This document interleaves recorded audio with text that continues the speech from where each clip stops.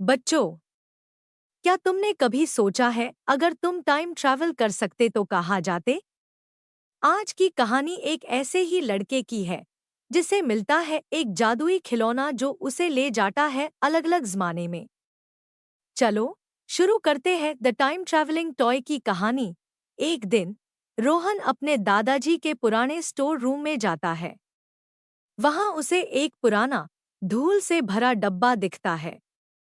जब वो उसे खोलता है तो अंदर होता है एक छोटा सा रोबोट, एक खिलौना जो लगभग 100 साल पुराना दिखता है। टॉय रोबोट बोलता है, हेलो, मैं एक टाइम ट्रैवलिंग रोबोट हूँ। क्या तुम मेरे साथ समय की यात्रा करना चाहोगे? रोहन बिना सोचे हाँ बोल देता है।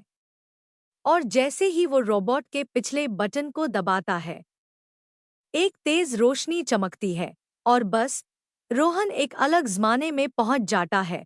रोहन की आंख खुलती है और उसके आसपास डायनासोर घूम रहे होते हैं। वो डायनासोर वर्ल्ड में आ चुका है। टीरेक्स बोलता है कि ये छोटा इंसान यहाँ क्या कर रहा है? रोहन डर के मारे भागता है। लेकिन तभी एक छोटा सा बेबी डायनासोर उसके पास आता है और कहता है, मुझे छुपा लो, मुझे टीरेक्स से डर लग रहा है। रोहन उससे मदद करने का सोचता है, लेकिन तभी उसका रोबोट बीप बीप करता है, warning warning, time jump in 3 2 1, और फिर एक चमकदार रोशनी से वो गायब हो जाता है। इस बार रोहन एक डेजर्ट के बीच होता है। सामने बड़े बड़े पिरामिड्स और उनके सामने एक राजा। राजा रोहन से पूछता है कि कौन हो तुम?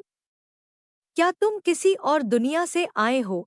रोहन समझ नहीं पता, लेकिन उसका रोबोट कहता है, ये पुराने इजिप्ट का समय है। इनके पास जादुई सीक्रेट्स है। तभी कुछ चोर राजा का खजाना लूटने आते हैं। रोहन जल्दी से एक प्लान बनाता है। वो राजा को कहता है कि उनका खजाना छुपा दिया जाए। और जैसे ही चोर अंदर घुसते हैं, एक सीक्रेट डोर बंद हो जाता है और सब चोर अंदर अटक जाते हैं। राजा खुश होता है और रोहन को एक अनमोल स्टोन गिफ्ट करता है, पर तभी उसका रोबोट फिर वार्निंग देता है, नेक्स्ट टाइम जंप इन 3 2 1। अब रोहन एक नए ज़माने में पहुंचता है। यहाँ सब कुछ फ्यूचरिस्टिक है। घर हवा में उड़ रहे हैं, लोग फ्लाइंग स्कूटर्स यूज कर रहे हैं। एक रोबोट सिक्योरिटी गार्ड उससे देखता है और कहता है, आईडी कार्ड दिखाओ।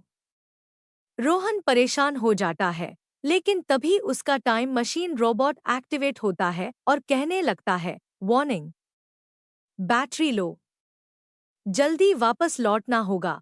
रोहन जल्दी से बटन प्रेस करता है और एक तेज रोशनी के साथ वापस अपने दादाजी के स्टोर रूम में पहुंच जाता है। रोहन वापस आ चुका था, लेकिन उसकी जेब से एक चीज गिरती है, वो अनमोल स्टोन जो राजा ने दिया था। क्या सच में ये सब एक सपना था, या फिर रोहन सच में टाइम ट्रैवल करके आया था? बच्चों, ये थी कहानी द टाइम ट्रैवलिंग टॉय की। क्या तुम भी रोहन की तरह टाइम ट्रैवल करना चाहोगे? कमेंट में लिखो कि अगर तुम्हें टाइम मशीन मिलती तो तुम किस ज़माने में जाते। अगर कहानी पसंद आई हो तो लाइक, शेयर और सब्सक्राइब करना ना भूले। मिलते हैं अगली कहानी में।